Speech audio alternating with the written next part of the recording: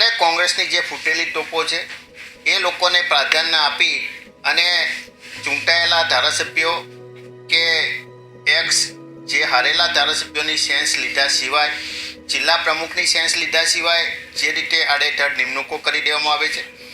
રાહુલજીની જ્યારે સભા હતી અને ત્યારે રાહુલજીએ કહ્યું હતું કે હવે કોંગ્રેસનો જિલ્લાનો પ્રમુખ એ સર્વે સર્વા હશે.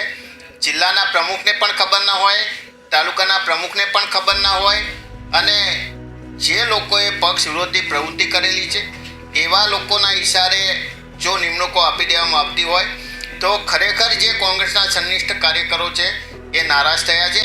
કાચ ફોડવામાં આવે કે આવી જે ફૂટેલી તોપોને જે પ્રોત્સાહન આપે છે એવા લોકોને પાટણની અંદર મેથી પાક પણ ચખાડવામાં આવે તો નવાઈ નથી. કોંગ્રેસે જન આક્રોશ યાત્રાને બદલે કોંગ્રેસ કાર્યકરોનો આક્રોશ યાત્રા એવી યાત્રા કાઢવી જોઈએ. આજે સમગ્ર ગુજરાત અને સમગ્ર દેશમાં ગામે ગામ કોંગ્રેસમાં કાળો કકળાટ છે. ગુજરાતમાં પણ કોંગ્રેસના અનેક ધારાસભ્યો, કોંગ્રેસના કાર્યકરો એ કોંગ્રેસની નીતિ રીતિથી કંટાળી અને રાજીનામા અગાઉ પણ આપી ચૂક્યા છે.